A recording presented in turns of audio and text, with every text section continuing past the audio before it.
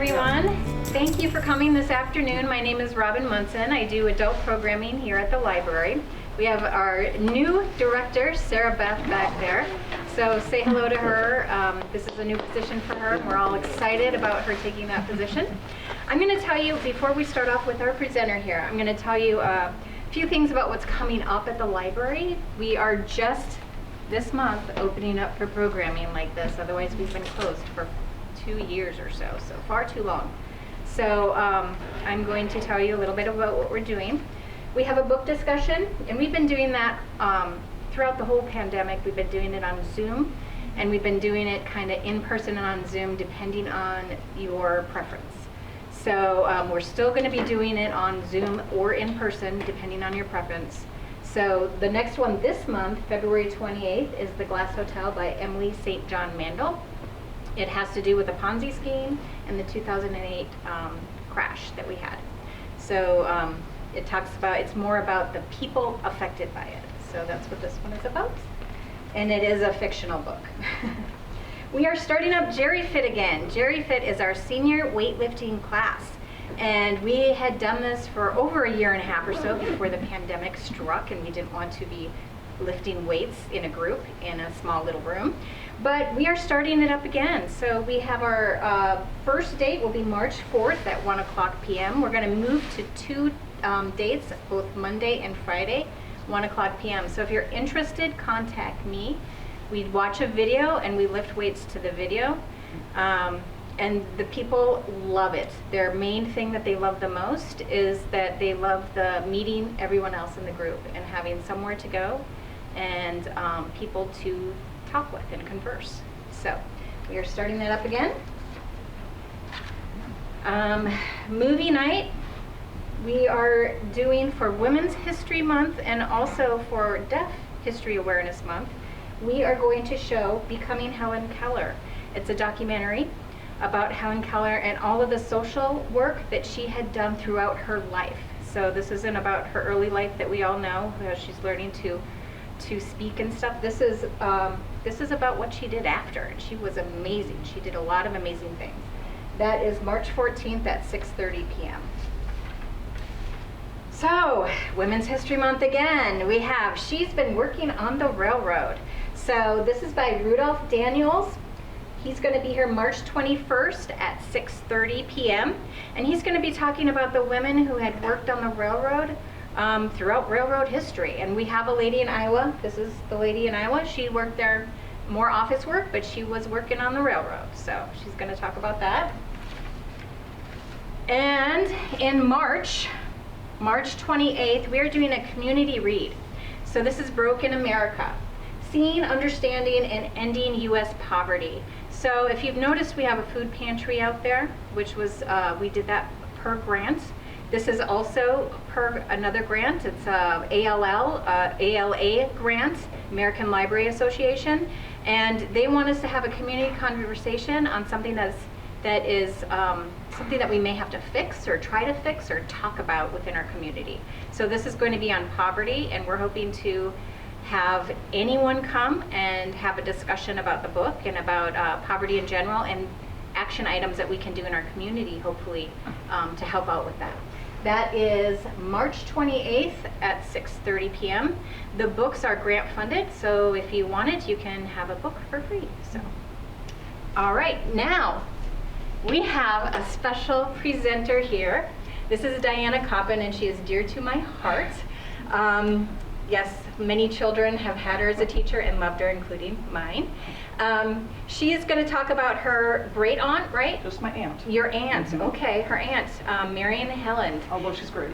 She is great, yes. She, again, has done amazing things with civil rights and other items throughout her life. Diana Koppen has compiled a book of a lot of her paperwork and a lot of her journals and things like that. So we do have 2 books that Diana has donated to the library. One of them has been checking out so much that she donated another one. So hopefully we can have one available, and also she has one there that she will give to the lucky winner once we do the drawing here. So without further ado, I am going to present Diana Koppen. Thank you, Robin. Yep. Thanks, Sarah. Well, I had to put this up there. I just thought that was a great way to start here.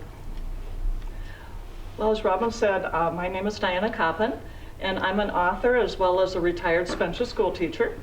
In November, my sister Pam and I published my aunt's memoir, and we chose to share this information about our book with all of you because our aunt's importance to Black history. Marion's birthday and wedding anniversary are both in February, so this is making a very special day for me to share this journey with you. Through my presentation today, you will not only witness how a white woman from Cylinder, Iowa could be so important to Black history, but you will understand the importance of books also. At the end of the presentation, if there's any questions, I will open it up for that then. Frederick Douglass was an escaped slave from Maryland, known for his anti-slavery writings in the 1800s. And he once stated, "Once you learn to read, you'll be forever free." Throughout my life, I have witnessed the power of books and how they can inspire hope and bring about healing. My sister Pam and I often collaborated on writing poems, putting together books, and crafting plaques and letters for family members if they needed a boost, or just to let them know what impact they had on our lives. However, we never planned to publish a book until 3 years ago, when the narrative was dropped at our doorstep. In May of 2017, at the age of 90, my Aunt Marion Helland and her husband David made their final move from the Minneapolis area to Spencer. As a biracial couple, back in the 1970s, they had endured fences, for sale signs popping up in their neighborhood of the place they had previously moved. So in choosing to come to Spencer, they specifically did so because of the central location between Marion's brother in Cylinder, where he still resides, and her sister in Spirit Lake. Spencer had all the accepting attributes they desired, exemplified by being named May of 2017 by the Smithsonian as one of the top 20 small towns in which to live in America. Their Minnesota house sold, and they had 1 weekend to pack and move. They only had 3 vehicles, so many things were left behind.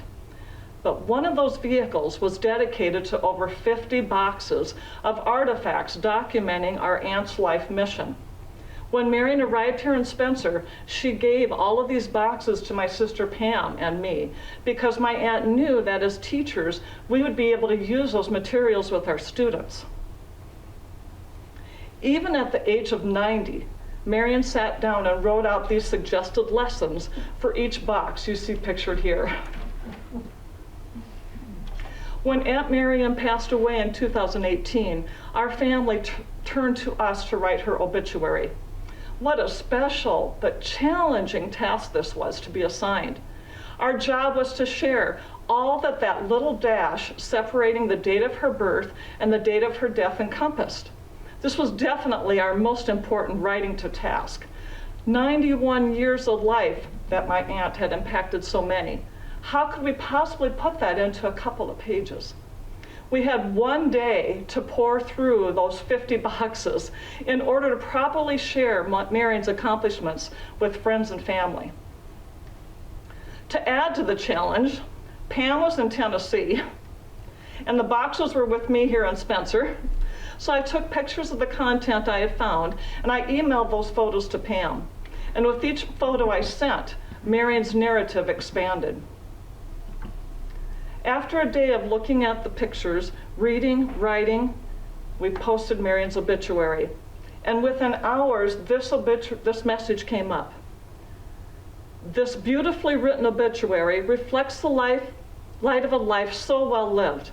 I did not know Marion. More's the pity. Even her obituary was forwarded to me this evening by a friend. It, like Marion, has gained a life of its own. What a life, what a woman, what a human being.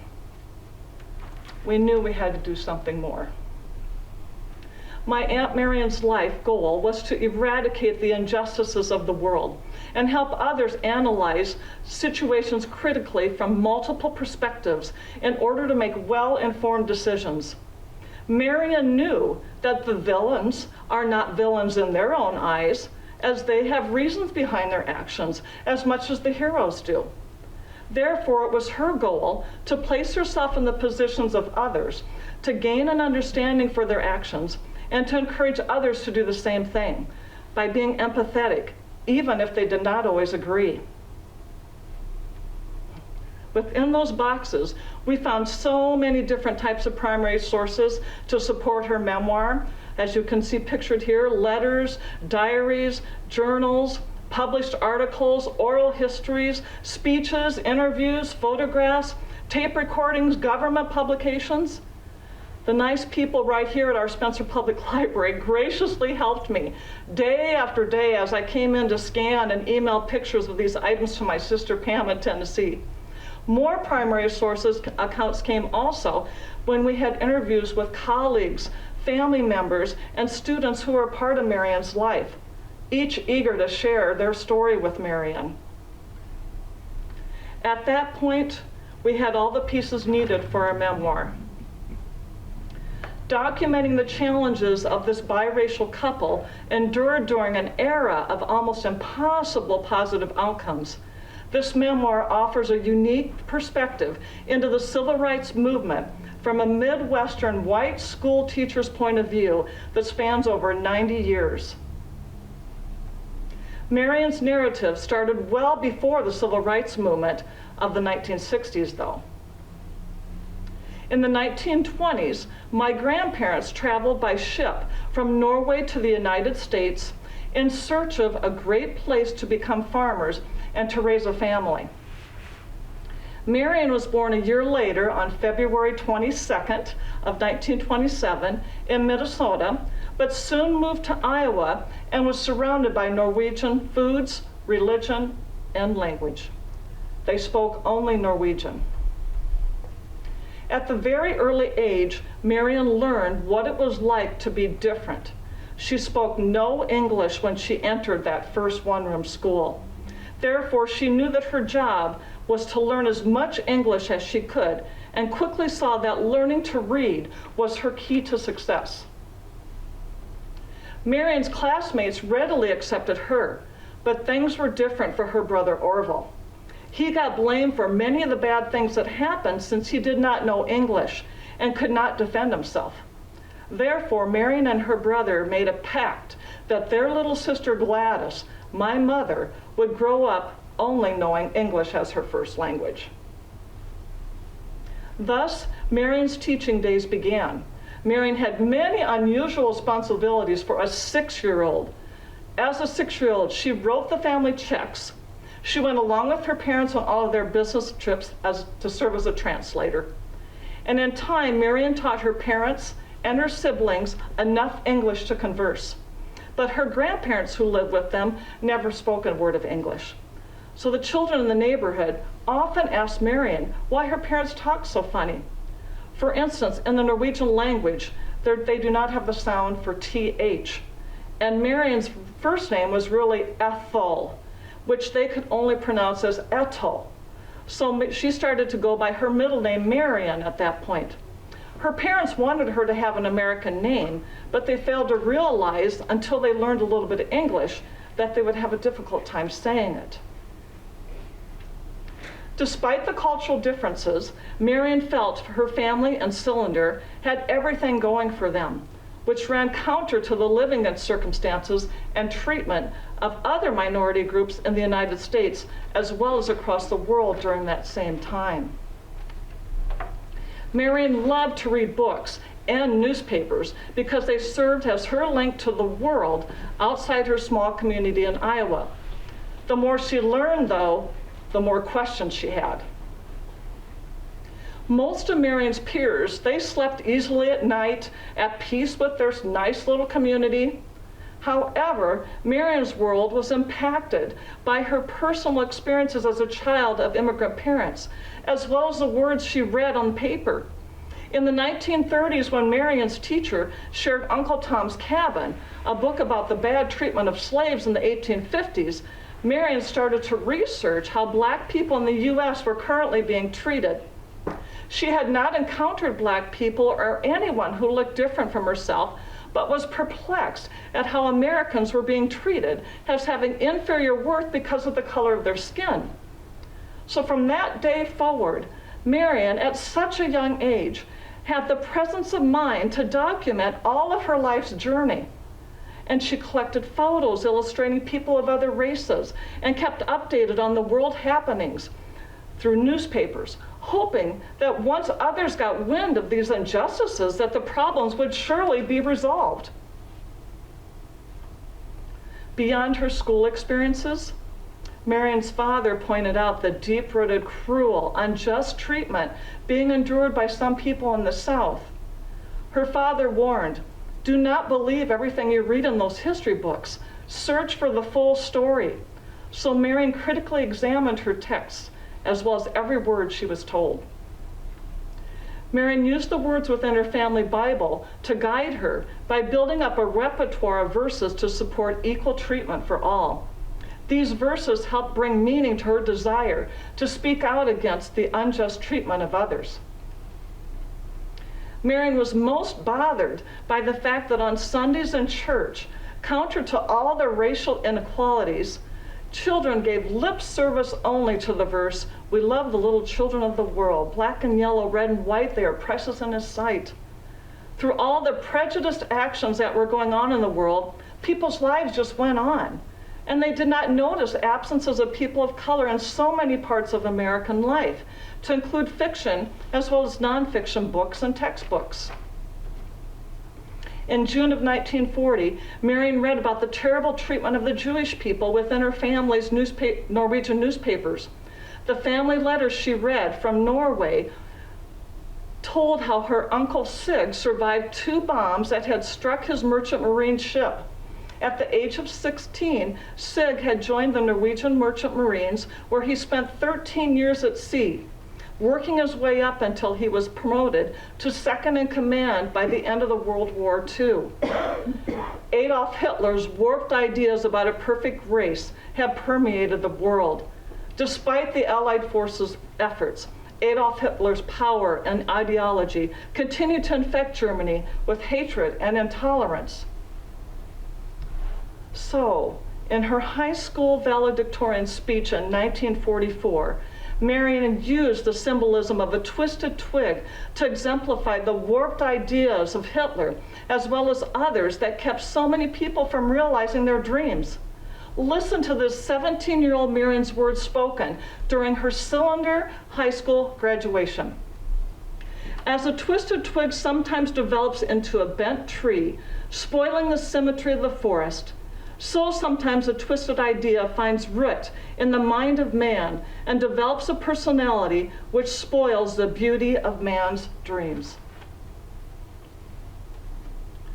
Following graduation from Waldorf College in Forest City, Marion began her teaching career, first in Bode and then Davenport, before moving to the Minneapolis area to teach there.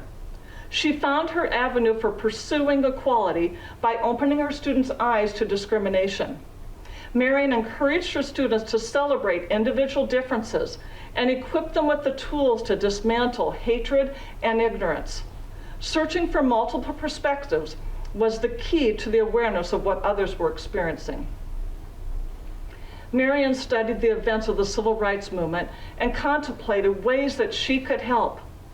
In 1964, President Johnson approved the Civil Rights Act to declare segregation and discrimination illegal, sparking retaliation by the Ku Klux Klan. Despite the Klan's attempts to deter equality, Marion could not ignore her calling to protect the rights of others. While reading her teacher's newsletter, Marion spotted an advertisement titled, "Teachers Wanted to Teach Freedom." She stumbled upon the opportunity she had been seeking, the chance to teach youth how to make right the errors of the past. Even though her parents supported the cause, they were terrified for Marion. Marion reassured them that she would stay safe. However, her family could not see how Marion could oppose the Ku Klux Klan and survive a summer in the Deep South. During her training with numerous mentors that you see listed here, Marion developed an understanding of the role white people could play in the civil rights movement. Her assignment was to join a group of civil rights workers in Gadsden, Alabama, to establish a freedom school and help with voter registration. After finishing 5th grade in Minnesota, Marion drove that summer to Alabama to open a freedom school. The freedom schools were developed to help Black people achieve their new rights that included social, economic, and political equity. To fully understand the problems facing the desegregation efforts, on her first day in Alabama, Marion and the other freedom teachers sneaked into a Klan meeting at a local elementary school. Marion documented the following in her journey, saying, "I was shocked that they had records of Christian hymns playing as we marched in, and there were also young children in Klan's outfits." To gain perspective, Marion attempted to talk to as many white Southerners as she dared to approach. Some of the white people were friendly, but would not discuss the problem. Some were sympathetic and warned her to be careful. Others let her know that they disliked outsiders and would have no more to do with her. Marion was not assigned a place to stay in Alabama, so after a few nights of sleeping in her car, a Black woman kindly offered Marion the house that you see pictured here as a place to stay. Since it did not have any electricity, no running water, a neighbor allowed Marion to use their bathroom. That Freedom Summer, as the project was named, allowed Marion to help where America needed her most. Marion knew that learning how to read held the key to overcoming oppression. She dared to teach academics that were forbidden within their all-Black schools: Black history, voter literacy, and political organizational skills. During class discussions, Marion's students enthusiastically participated in storytelling, and they discussed the democratic process and their new rights that were granted as part of the Civil Rights Act. This knowledge held the key to reaping the benefits of their new rights and their freedom. Once in Alabama, Marion was sitting in a small building where Black children could check out books and was wondering how to get a class organized. A young boy came shyly in to check out books, and she started talking with him, and soon a few other boys and some girls arrived. Marion asked if they'd like to sit down at the table for an art class. They agreed, so she rushed out to her car and grabbed her suitcase of supplies, which included some crayons that her own Minnesota students had donated at the end of that last school year. She returned to the room to teach. That was the beginning of her freedom school.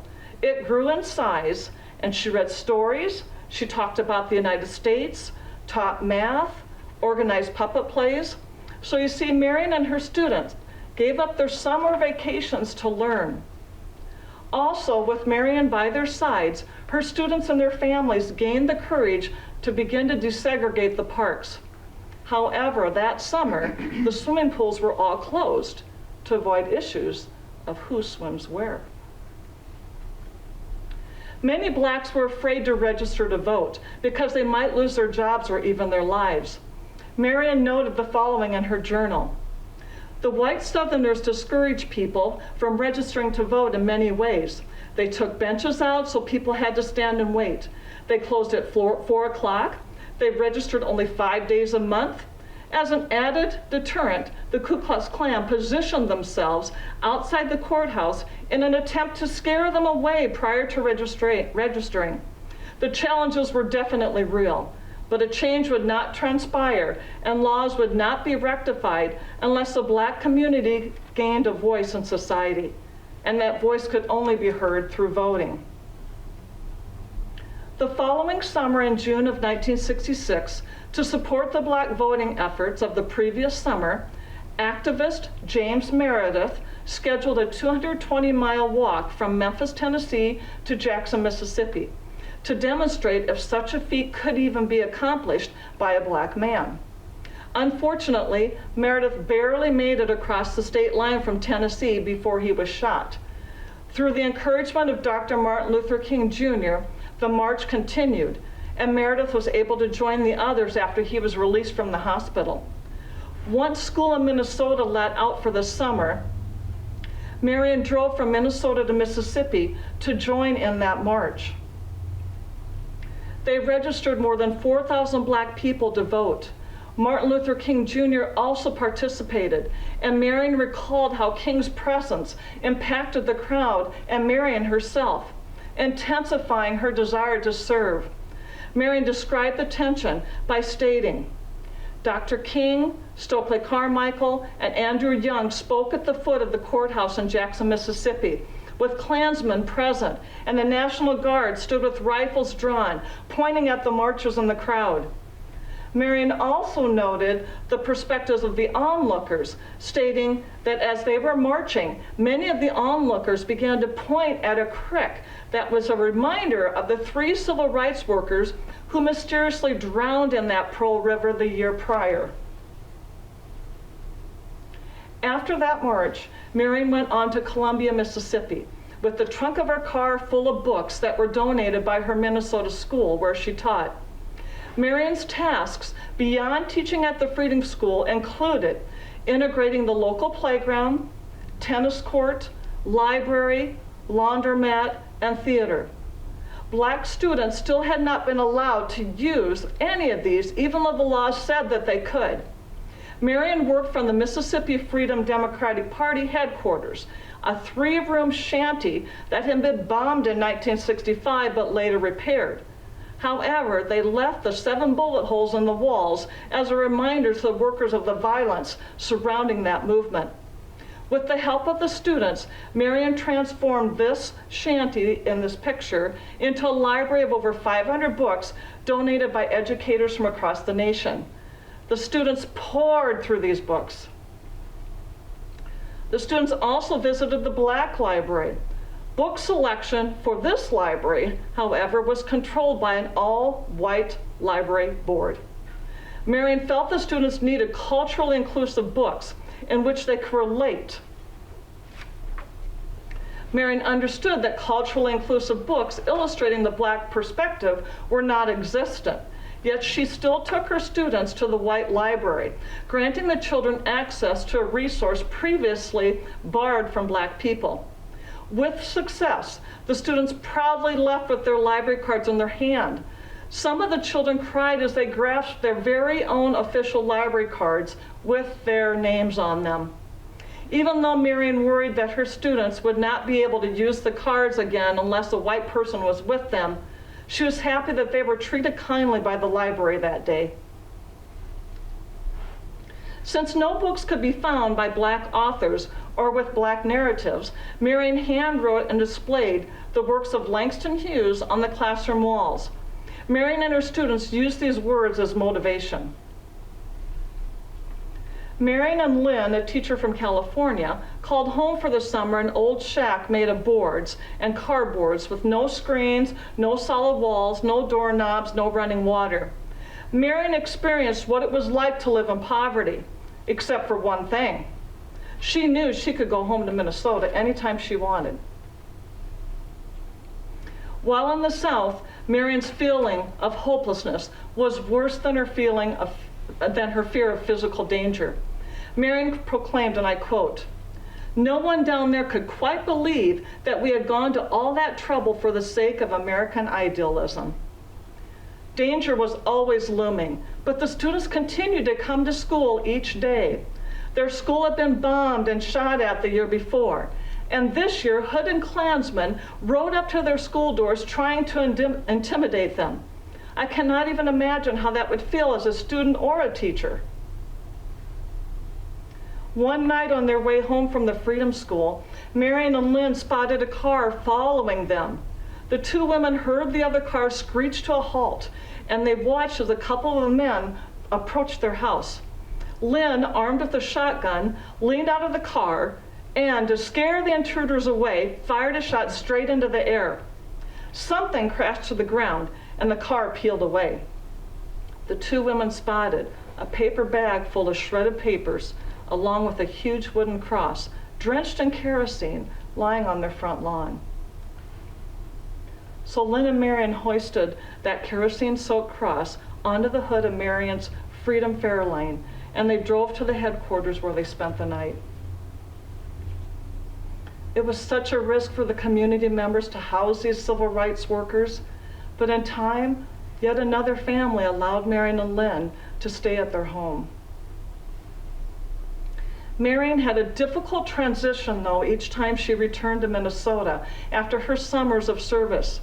She questioned how people could ignore what was going on around them. Marion remained most motivated by the words of MLK and saved the letters she received from him in the mail. MLK's many letters suggested peaceful ways to make a change for all the people in the United States through marches and education. Unfortunately, Marion also experienced the moment on April 5, 1968, when the world lost this key civil rights leader. King traveled to Memphis, Tennessee, to peacefully advocate for better conditions for sanitation workers and was shot and killed. Prior to his death, King had initiated the Poor People's Campaign, a peaceful way to bring awareness to the poor living conditions of so many people. These were the very conditions Marion had experienced her summers in Mississippi and Alabama. Despite the loss of its founder, the Poor People's March continued that year as planned, and Marion traveled to Washington, D.C. for 2 months to take part in the daily demonstrations. Throughout the campaign, the participants resided on the D.C. lawn, which they called Resurrection City, in makeshift triangular shanties constructed from scraps of wood. These shanties symbolized the atrocious conditions of the poor and what they were forced to endure. Her summers in Mississippi and Alabama showed Marion what it was like to live in poor houses. She was hoping to help fix the problem and provide people with what they needed to get out of these poor conditions that they were calling home. During her summers of service, Marion's influence expanded beyond the South. Upon asking what more could she do to help with this movement, the answers given to Marion encouraged Marion that she must find a way to help the Midwest understand what was happening in the South. So Marion mailed letters to her students in Minnesota, sharing her experiences in the South. She wrote, "I wanted to know what the civil rights movement was like, looking at it from the inside rather than just reading about it. Also, I wanted to talk to both blacks and whites in the South and hear from them what their lives are like and what their ideas are. Maybe I'll have a chance to tell you about a Ku Klux Klan meeting I attended. Remember our studying this group this year?" She also sent a letter in 1966 telling her students about the attempted cross burning on their lawn and stating how eager Marion was to share her photos and stories with the students. I know that would make me eager for school to start in the fall. Marion remembered her father's words from so many years previously, not to trust everything you read in those history books. So she began to develop supplemental materials for her students to complement their textbooks and equip them with the ability to search for varying perspectives within their own environments. Beyond the yearly letters, Marion developed packets. Marion and her Minnesota students compared her packets and photos with the information provided in their history books, thus creating a more complete picture of the movement. One of Marion's students described their supplement from her year with Marion by stating, "My Afro-American history book represents my most important memory of Miss Helland. It is so special to me, I have saved this book for 50 years. As a 10-year-old living in Minnesota, I had never personally met any people of color. I had a stereotypical view of other races that I got from television and movies.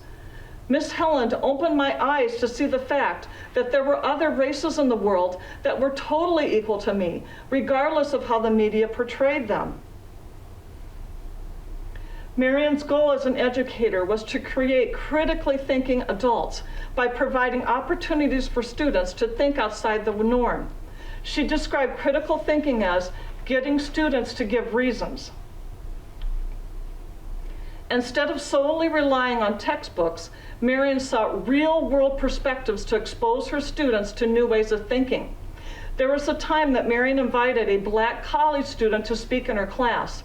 The children asked the student if he pledged the flag, and he responded that he could not pledge allegiance because he was not in agreement with the words, "with liberty and justice for all," as he did not deem those words to be true for him.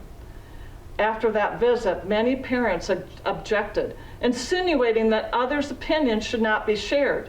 And even though Marion herself honored the importance of the Pledge of Allegiance, she responded, "The classroom should be a place of wide open inquiry, not of indoctrination." Marion also brought primary sources into her classroom. In an interview with one of Marion's students from 50 years previously, he recalled the following.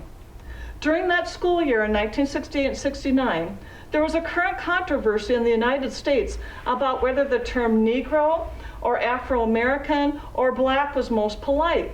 So a girl in my class asked our visitor, "What do you want to be called, Negro or Afro-American or Black?" And his answer was, "I'd rather be called Henry." Henry's answer to my classmate's innocent question really got me thinking, why not treat all of my neighbors as individuals, one at a time?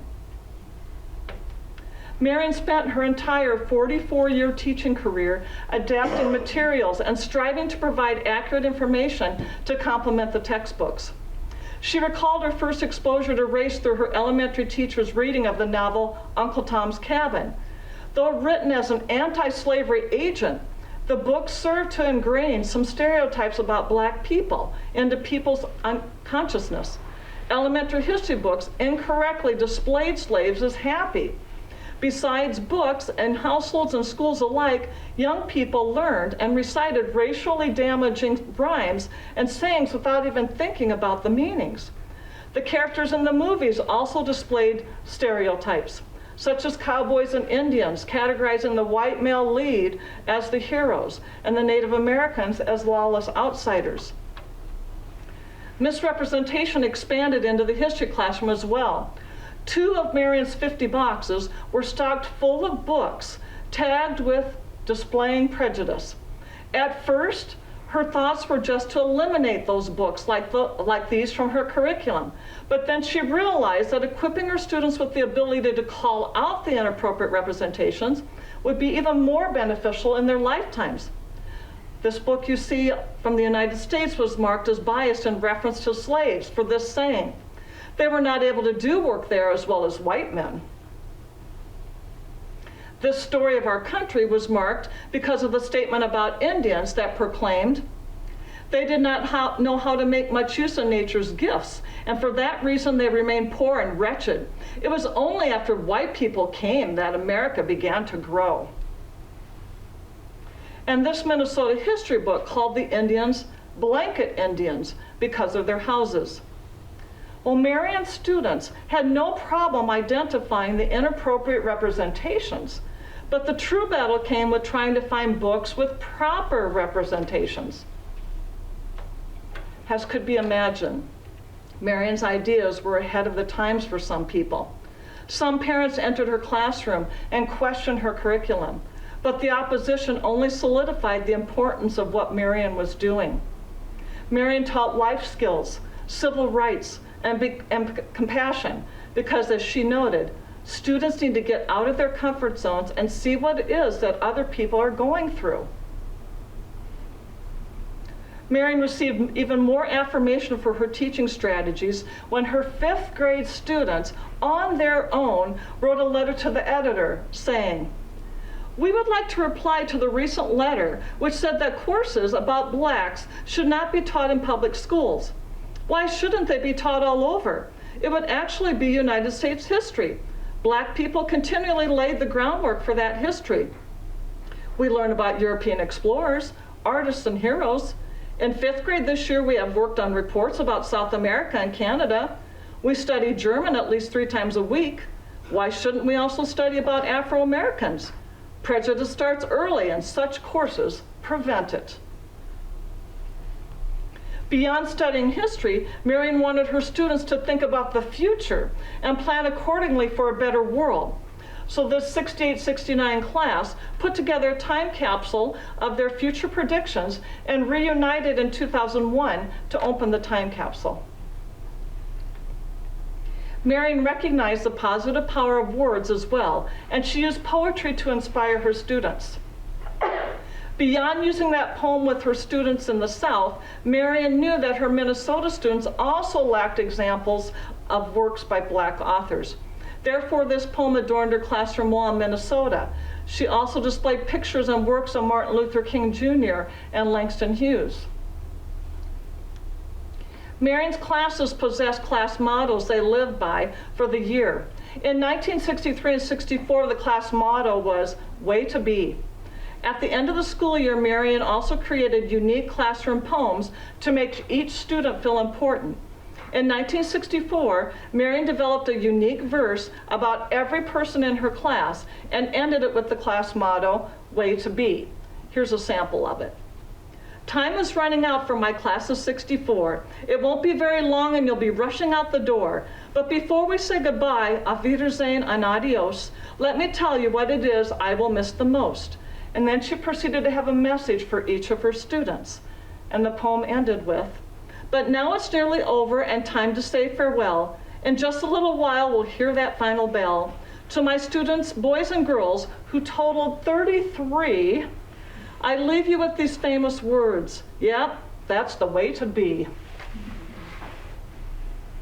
Marion also used the healing power of books to help her students through difficult periods in history. In an interview in 2020, two of Marion's students described the day in 1963 with vivid recollection. This was the year President JFK was assassinated. The students shared as though it were yesterday, the moment when someone rushed out of the school building while the children were innocently playing at recess and screamed, "The president got shot."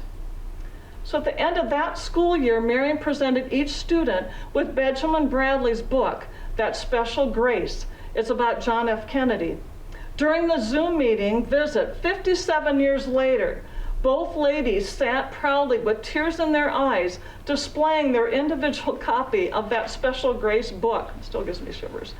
They read out loud Miss Helland's handwritten inscription she had penned inside the front cover, each student's book, and her words memorialized that awful November day. Just a few years later, more students reminisce with Pam and I about Miss Helland's use of books to unite the class after hard times. And one student noted, "Miss Helland was my teacher from 1967 to 68, assassination year for MLK and Robert F. Kennedy. Intense year. I was fortunate to have Miss Helland's perspective in dealing with those events. She very much opened my eyes and it has stayed with me my entire life. I still have my MLK photo book she gave each student at year's end with a personal message inscribed within." Throughout her lifetime, Marion stressed the power of words. She photographed this sign at Resurrection City on DC lawn. And these words, "So you think you're on the outside looking in," inspired our memoir title. I wonder if the people walking by understood the irony of those words as they stood outside a fence, witnessing from afar the Poor People's Campaign. Marion made her life mission to ensure that no one felt like he or she was on the outside looking in, by feeling excluded from a group, a process, or an opportunity. The Civil Rights Movement was the key turning point in my Aunt Marion's life mission. Her hopes were that the falling action and resolution would just be a few years away. However, as we know, the mission continues today. In 2017, when Marion moved to Spencer, in St. Louis, Missouri, there was an acquittal of a police officer who had shot a Black man, and the country erupted. And Marion noted to me, "I thought we took care of all that in the 60s. In 2020, the country once again erupted after the killing of another Black man at the mercy of a police officer. And at this time, many of Marion's past students and colleagues from so many years previously instantly thought of Marion. 2020 was also the year we lost 3 of Marion's mentors, to include Joseph Lowery, C.T. Vivian, and John Robert. It was appropriate that our memoir ended with John Robert Lewis's oxymoron, good trouble. Such words of encouragement to push forward and to strive for peaceful change. In 1963, about 100 years after President Abraham Lincoln signed the Emancipation Proclamation stating that slavery was illegal, MLK made his famous "I Have a Dream" speech, where he stated the following: "I have a dream that my 4 little children will one day live in a nation where they will not be judged by the color of their skin, but by the content of their character." One of Marion's proudest days was on MLK Day in January of 2000, when she received the Gatekeepers Elder Award from the Governor's Commission and the State Council on Black Minnesotans for her lifelong dedication to keeping MLK's dream alive. In the words of 17-year-old Marion in her Cylinder High School valedictorian speech, "It has always been man's greatest ambition to leave a better world behind when the final curtain is closed." As November 17th, 2018 drew the final curtain on Marion's life, Marion left behind a better world. Marion believed that people should give every human the same rights that they declare for themselves. Marion saw herself as a human, not a hero. In her lifetime, Marion bore witness to the endless atrocities that stained our collective consciousness, and she worked with other visionaries to inspire our march towards a brighter, more equitable future. Unveiling the truth and breaking free of rigid boxes will help dissolve long-standing prejudice. To learn more about Marion's story, purchase our memoir on Amazon.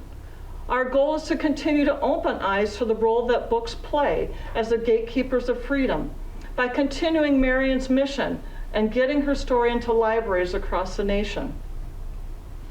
Thank you, Spencer Library, for helping us in this endeavor along the way by scanning all of our photos and for allowing me to share Marion's narratives this afternoon. Who has the first question? You see why I wanted to tell you about her? When I was sharing with the gal that was at another presentation, we've got 5 presentations that we've done now, and each one's a different side to Marion's story. And maybe you can verify there were some new things you found out today too from the so it's hard to limit it into 45 minutes. I have a question. Yes, Deb. How did your aunt's life and her legacy impact you and your sister to decide to become teachers? You know what? Yourself? I always shared, I've always shared that my mom was a substitute teacher for 50 years. However, the connection I had with Marion, because she always would share lesson plans and things even in college, and same for Pam, very instrumental in why I became a teacher. You know, the thing about it is I only knew her as a teacher. This just is so mind-boggling to me. We knew she was doing these things, but not till we started going through the boxes. You know, she was my Aunt Marion, and I thought I was number one. You know, and here these students and these colleagues all thought they were number one. You know, she just had a way of doing that. But thank you for asking that. Any other questions? Yes. What made you guys decide to start writing the story? Well, one thing, my mom, which would be Marion's sister, when Marion passed away, she knew about all these boxes, and Pam and I thought we'll just put the story together for Mom and our family and her brother Orville as well. And we put together first book, and we got a first copy of it, and so Mom has seen that. Mom passed away before we got to this level of publishing it, but she has the original book. And then that obituary just kept coming, or not the obituary, but the response to the obituary from Jeffrey Perrell just kept coming back to us, that somebody who didn't even know her responded to her obituary in such a way that we thought there's got to be more to this. And when 2020 started happening, people on Facebook were reaching out to us through knowing Marion students and colleagues, and that's the first person I thought of was Marion, and that just was even more verification that we have to do this. And then we thought, well, then we'll just make this book for them, the students and the colleagues, but we're finding other people are buying the book, and we're loving that too. The goal now is to get to these libraries, which I've just about have all of Highway 18 covered for libraries. We got to go a little bit that way now, so that's our goal now, is to get to there. But first book for either of us to publish, so that was new to us. So it really started in 2018, kind of set it aside when Mom was sick in 2019 and 2020, and then when she passed away in March of 2020, and then all this started happening in Minneapolis. Then we got to get back into it, and we have to put this together. But the original is 400 pages. So the book, we just really had to kind of pick which way we were going to go. So. Now, she never had any children, did she? No, her husband had 2 children, 2 daughters that Marion felt like were her own, of course. That's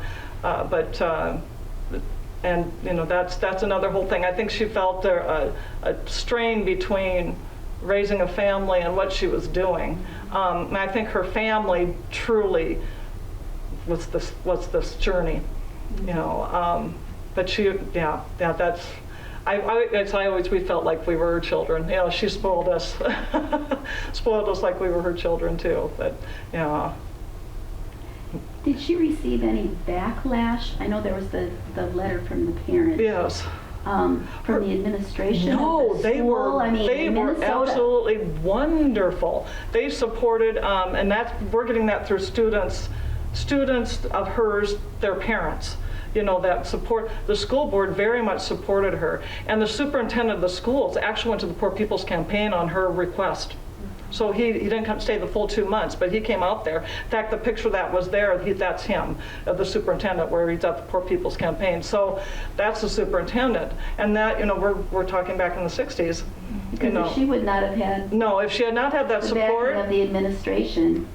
she probably still would have forged through, but I'm sure it would have meant a different Much path. more difficult. It would have been a different path for her as a teacher. I think she may have done more in the South possibly with the freedom schools, but those freedom schools were just the summer, and a couple of her colleagues that taught in her same school system remembered her just coming back each year so rejuvenated by this, but also kind of this puzzling look of, why don't you get it? What more of you need to come with me. She just had this feeling, Marion, that the teachers thought that they didn't understand what her passion was there. But I think that was tougher for her than the freedom schools, was to come back. And that's what she felt she was asked to do, is to come back to the Midwest and help them understand what was going on. And I could see where that would be difficult. Was Yes. your passion for this started by seeing that article in the paper about wanting teachers? That's how she's got into the freedom school, yes. That's how she started. So if she hadn't had the teacher's newsletter, it was American Federation of Teacher Newsletter was the name of it, which she has the whole, they've all been saved, but she has all of those saved. But just be a newsletter that teachers get, that she just happened to see this ad, and that's what, in fact, she filled out the application for it and carried it around for a week, because she didn't know how it was going to go over telling her folks. And on the way, because she was in Davenport at that time, on her way driving from Davenport to Cylinder to tell her family, she mailed it before she told her family. And so she already had committed before she was going to seek their, and you have to realize at that time, to become a teacher, you only needed 2 years of schooling. So she would have been 19, 20 years old when she was thinking about all this. That's hard for me to I think about where you're at to do that. So I could see why her parents would be so fearful of that move. Did she communicate that she felt that it was her father who planted the seed? Now, Mom knew that, and Orville, when you talk to her siblings, that's what they felt like their dad, really. They felt my grandpa really initiated this even long before that. And I try to envision that too. He's first coming to this country, learning to speak English. He right away got on the school board. I just find him fascinating Like myself. the original critical thinker. as Yes, you and for were saying. him to be Midwest, you know, that they chose here for farming, raise a family, but to still say, here's the atrocities that are happening in the South, and tell your young children this. So he was already planting the seed, but I'm thinking he saw it so much from Norway's viewpoint of what Norway was going through. His own siblings, many of them were still back in Norway. So I'm thinking he was looking at it at a worldview, but still, that was way ahead of the thinking too, for him to, you know, not look at them as slaves, you know. I mean, really, these are people, you know, yeah. So that's Orville mom really think that's what caused her to go down this path, not the article, but that's what she actually, you know, signed on for, but. And with us living in this area, I know for myself, we were so sheltered. Well, and that's the other thing too, is to be raised in Cylinder, Iowa, you know, and you wouldn't have any reason to think anything awful was going on anywhere else unless you read the newspapers or your father did say, here's what's going on. I mean, it would be easy to not think anything else was wrong in the world, no, too, yes. And that's why I'm fascinated by it being, you know, just from Cylinder, Iowa, you know, just to be this close to all of us as far as where that is, and, you know. Well, and her father really didn't read and write English. No, he, in fact, she helped him to get his citizenship by teaching him, and she would have just been, you know, 6, 7, 8 years old herself, and to go through that process. So, right, so he learned from her. She taught her mom and dad. Now her grandparents, they just kind of stayed with, we're just going to stay Norwegian speaking and all that. But yeah, yes, that's another fascinating, yes, So they didn't listen to the radio. Well, and they may have that. I don't If have. there was a Norwegian. Oh, right, exactly. Well, then they were still getting Norwegian papers. That was the other thing, you know, too, sent to them to at least get the worldview of things too. Well, and and it doesn't come through here, her impact wasn't just in, you know, the Black history. She also, and was anybody that she didn't think was treated well. She wrote a lot of the Native American Indian curriculum for Minnesota.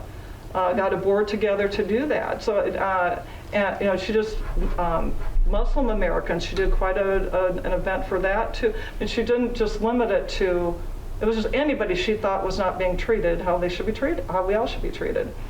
Then she reached out and did that. The number of committees she was on, you know, I just brought 2 of her trophies.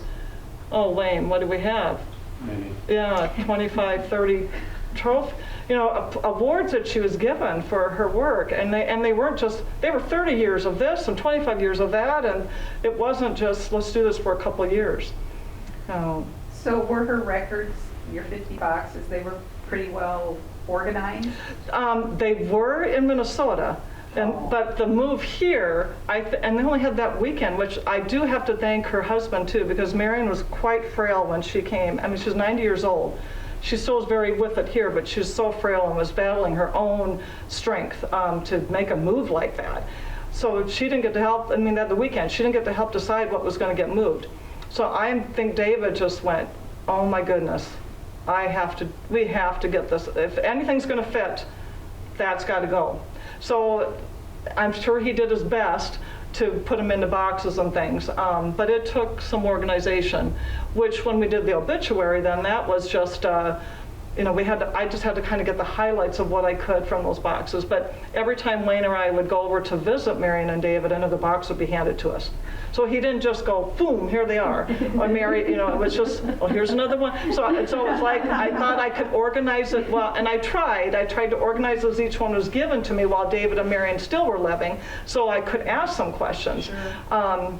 But David was just ever so proud. I mean, he made sure all her, how many bowling trophies? Oh, yeah. She was a good bowler. I just made you laugh. She was such a good bowler on top of, so she had all these bowling trophies, and he actually didn't give those to us. They were just displayed in their house. He loved those bowling trophies for Marion. But it just, he did the best he could with the weekend. So, and I know there's some things that didn't make the trip that made me kind of sad. that's, I think, just mementos, Norwegian type mementos. But he did a good job of getting lots of things here. The one thing that surprised me that I found, and this was after Marion passed away, that she had kept, that didn't get to the boxes to me, was an article saying that she'd been on the Human Rights Board for Minnesota for 30 years and had just gotten an award. And Golden Valley, she'd been on their human rights service for, I think it was 25 or 30 years. And this article was saying that they let her go. After they just presented her 25, 30-year award, they let her go. And I ran across that article and thought, why would she keep this? And I was like, I didn't even want to tell Wayne, I am just going to throw this away. And then something caused me to hang on to it, because this was in 2011 that this happened. And I showed it to Wayne, and he said the same thing. Oh, let's just keep it between us. Don't say anything about it, but I don't think you should throw it away. And finally, I said something to Pam, and she's the same way. Oh no, let's don't tell family about this. Let's just keep it. Don't throw it away. Then 2020 happens, because why she was let go was because she brought to the board that she was concerned about how the police treatment of blacks in Golden Valley. And that's why she was let go, because they thought this was an embarrassment. Her task was to, make human rights, civil rights more positive. And she truly thought that was the way she could help. And I think that's why she kept the article. So when 2020 happens, you know what, if they had let her do this in 2011, we might have had a whole different situation in 2020 in Minneapolis. She was too good. She was too good at it. Yeah, I mean, she's doing what she thought she should do. Yes, but I thought, how ironic to just, I mean, it was literally less than a month after they gave her this award for 25, I think it was 30 years of service, and then you let her go. And then for her to keep that article, once you just like, I can't tell anybody about that, but she just knew something more had to come of that, so. Yeah, but the stories they can keep going, can't they? So you have all the boxes at your house? They are. That was our basement. They're just in prettier boxes. I put them in, more. They're a little more organized. They're a little more organized and labeled. Yes, yeah. What a treasure trove. It is. And that's, and her colleagues, and especially the Human Rights Commission's colleagues in Minnesota wanted to get to a museum. I'm not ready to let go of them yet. And I'm trying to see about Spencer Museum. They're kind of talking with us too, at least having a display there before they become home somewhere else. But there's so many different avenues. I know there'd be great places for Freedom School things to be in the South. I mean, there's just so many different avenues of what needs to be. They need to be kept together. Yeah. Yes, I think it should be kept together as Marion, but I know it can, touch so many lives with what's there. Yes. So yeah, this is just nothing over here. This is just the tip of a little. I'm trying to pick things out to bring, but. Yes. Was David also a teacher? No, he wanted to be that, which was enough. He wanted to be a teacher. When he was, Holly Springs, Mississippi is where he was raised. And his family, were there 17? No, it was 13. 13 siblings, and he was one of the younger ones. At any rate, his family, their goal for him was to pick cotton. And so he made a choice to leave family, and his whole thing was I'll have to go live it has to be a city. So he did Grand Rapids, Michigan, and then it was Omaha, and then it was Minneapolis. So when he moved to Spencer, that was scary for him. He thought this was a little town, but he always wanted to be a professor is what he wanted to do, and he had. Didn't have the college background for that, but Marion encouraged him to. He started a business, a construction company business, a landscaping business. His favorite thing, though, was to drive people from the airport in a limousine. So he had a limousine service. That was his favorite. And he had some pretty famous people that he was able to have in his limousine. So that was his favorite thing to do. But his move to Spencer was, this was a move he did for Marion. He was just shaking when he first came to Spencer when we were looking at homes, because he just didn't think they would accept an interracial couple, and He just didn't know the world was, he just saw it as a city. And already in this, it was 2017, he already was fearful of what was going on in Minneapolis for police and black people. He was already very fearful of that. But he knew Marion needed to get back to see her sister and brother because they weren't seeing each other. They're all elderly and they weren't seeing each other as much. So he made that sacrifice, and it was, that's quite a deal. But on the time that he had here in Spencer, it changed his life. I am so proud of Spencer. They absolutely came through in his eyes as he left this earth knowing that people are not judged by the color of their skin. He said that over and over and over again to us. Any place he visited them, they'd be helpful, and they wouldn't charge them things, and they do stuff for free, or they just help them to be kind. And he'd always be, Diana, what's the deal with people here? What's their angle? What do they want? And that was nice for him to really just feel like he could share with Wayne and I so emotionally what he was going through. He counted on Wayne and myself to make sure that was scary, to make sure this was going to be okay. But he loved the people here. That was such a good thing that he made that move before he left this earth, because he truly got to see the good in people. And that's kudos to Spencer. Sounds like they were very devoted to each other. They were. They were quite a team. They complemented each other very well. Yeah. And that's how I found out about the teaching that David wanted to teach, was when Marion wrote his obituary. That's a whole other story. David ended up getting cancer when he got here, thinking that here he was going to bring Marion back for her family, and he passed away before Marion, 4 months before Marion, from cancer. And Abin was amazing here in Spencer. I'm so thankful for them too, of how they worked with David. But when David passed away, she asked for, can I just have 2 hours to myself to just sit down and write this obituary? And it was in that obituary that I found out about David that he had wanted to be professors. But that obituary is something else too. And even in David's obituary, she still spoke about how we should treat each other. And that was here at Warner Funeral Home too. They both chose to be buried here in Spencer too. That's a whole nother story in itself as well. To think this isn't your hometown, but because of how they felt about Spencer, they chose to be buried here. So it's another, compliment to Spencer. But I can keep going. So you're going to have to stop us. Well, thank you, Diana. I appreciate your being here. It was a great presentation. Thank you, everyone, for being here, and thanks to SMU for taping this. So.